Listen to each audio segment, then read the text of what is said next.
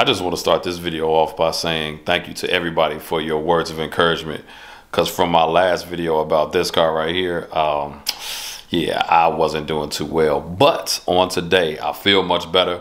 I'm more excited about the car and I'm more energized to get this thing going again. So let me give you all an update. Ness the God.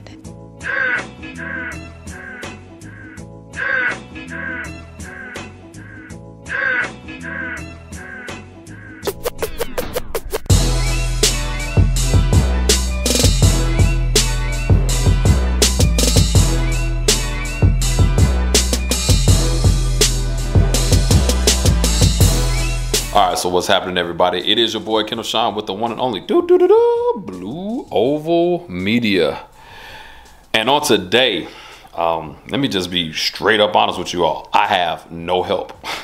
And here's the thing. It's not that I actually need help all the time, but let me tell you why I don't have help. Because there is a freaking blizzard going on outside. And for the most part, I wouldn't even want anybody to try to make it over here because it literally took me 2 hours to get the snow from the front of my house. So let me show you all the back so you can see how crazy it is and why stuff like this, real life situations, hurt the progress of you getting your car done. So let me show you what outside is looking like. So that's outside. Do you see how high? And it's still snowing. It has been a winter advisory put out here, and that's outside. This is the back of my house. I know I am not going to shovel that, and it is still snowing as we speak. I mean, this thing is crazy, but hey, it is what it is. But let me give you all an update on the car. So first off, shout out to my man at Walt No at SN95 Power. Make sure you all subscribe to his channel on YouTube and to his Instagram page, as he is the one that helps me all the time with this car and with wiring. So one of the updates is that my parts list has changed, and I started messing around with getting fuel lines and stuff. And for the first time ever, I actually started putting the fuel lines together myself. Now, I don't have the tool to actually put the lines in, but I do have PTFE lines, and I am going a different route with the fuel rails and how they were done before. And so let me give you all a little bit of insight on that and show you the new parts that we have. And also talk about some of the issues that we had last week and how we rectified that. So one of the things that you heard me talk about was this right here, and how I did not have the right harness for the injectors because I ended up buying some new injectors and did not check whether they were EV1 or EV6s. And so I do have the ID 1050Xs, which I got a good deal on, and they look amazing. And so I have those. And then what I ended up doing was, so if you watch the channel, this right here wouldn't work with the actual injector because it wasn't a, I believe I might have EV6s. I don't know if I have EV1 or EV6, please forgive me.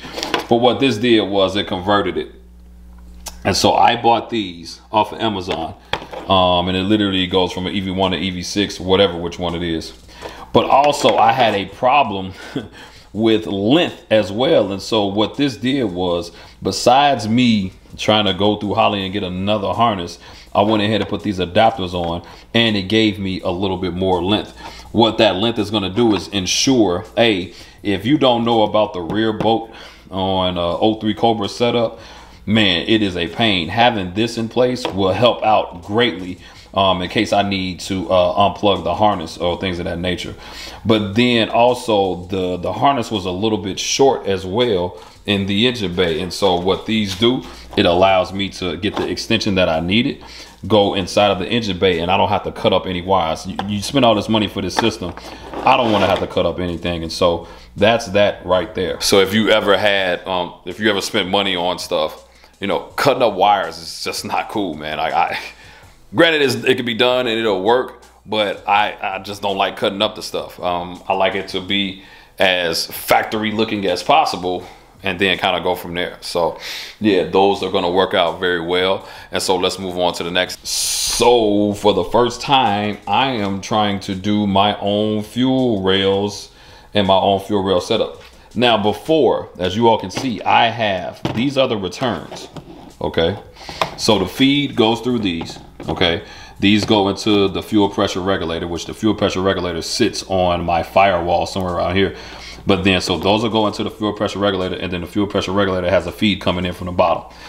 These are the returns. Now, if you ever knew my car before, I'm not necessarily saying you all are paying attention that heavy, but I had 2 lines coming in the front on these, and they weren't necessarily going to the rear.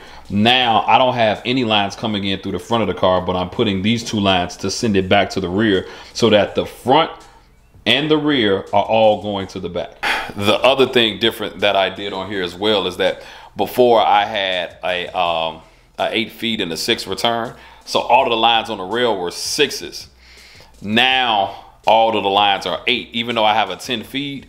I just was, because of how the fuel pressure regulator works and all of that, I just decided to do a 10 feed and an 8 return. And everything on the rails are 8s, and on the fuel pressure regulator as well, but it still has a 10 feed line that I have to put a reducer on to come inside of the fuel pressure regulator. And so that is going to obviously make it a little bit bigger than what I had before. And so, yeah, I'm excited about that. So then I put this Y together, because then what's gonna happen from there is these right here will go into this Y, which will then also go to here, which will actually return into the tank.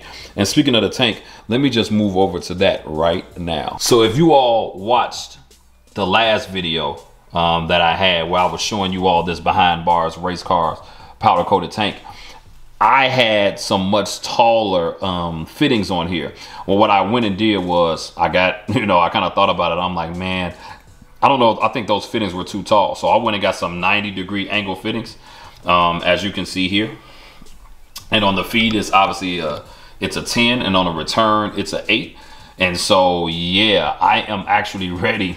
I got to get the lines and stuff installed on here as well, which is, once my buddy George comes through, we'll get those together. But I'm ready to actually install it in the car. I'm going to pull this tank out of the car. And if you all watched the last video, you saw that I have another car. I'm going to put the tank from this car into the new car and then kind of go from there. But yeah, this big boy is ready to do some serious work and some serious damage. So I believe that will work outside of the other fittings that I had. And since we're still on fuel, here go this is the 8 PTFE lines. As you can see, the white, this is how you know it's a PTFE line, with having that in there, so that when this car's going straight E85, I'm not even sure I'm gonna have a 93 tune. I might still do it just because, but everything about it is E85. And this is the 10 feed.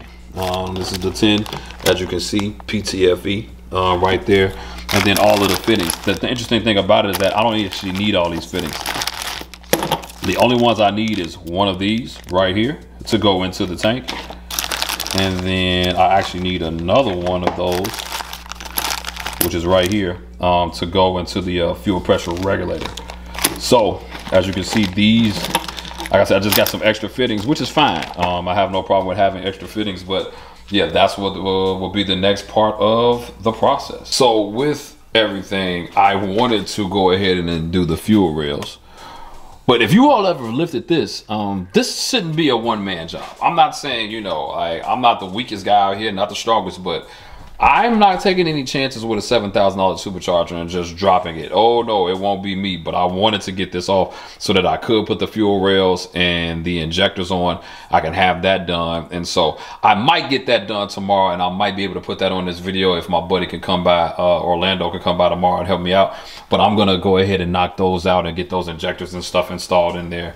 But it's looking real good. I'm going to have to get this clutch cable out of here, because I can't get the new coil cover on the car because the clutch cable is blocking it. I've never had it's very fun with this Terminator stuff, like with stuff like that. So I got to get that taken care of. But yeah, so like those rails will have that fuel line going to the rear. So I got to see how that's going to work with the bolts. I'm a little concerned about that. So what I'm saying is that I know that line is going to go back, and I've seen other guys with 03 Cobras do it. But if it's blocking those bolts, I'm going to have to take that off every time if I have to take the supercharger off. The goal is that I won't have to take this off for a long time, because once we are done with this car, it is going back to paint to get the finishing touches on it so that I can take it to the shows this year. Well, it's going to the tuner first, and then it'll go to paint so that I can do all of the shows and everything. And I did talk to Caleb, and he is allowing me.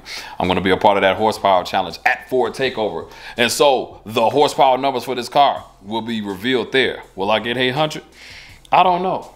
But we are almost ready.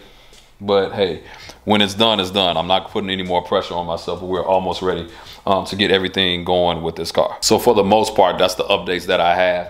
Hopefully I can, you know, on tomorrow, I can get this tank out and possibly those rails on. But like I said, I got a few things happening, the wife and I going on vacation, all type of stuff. So I want to get that going. But if not, you know, we'll have it going within the next couple of weeks. So like I said, winter builds. I can't get out here in the streets.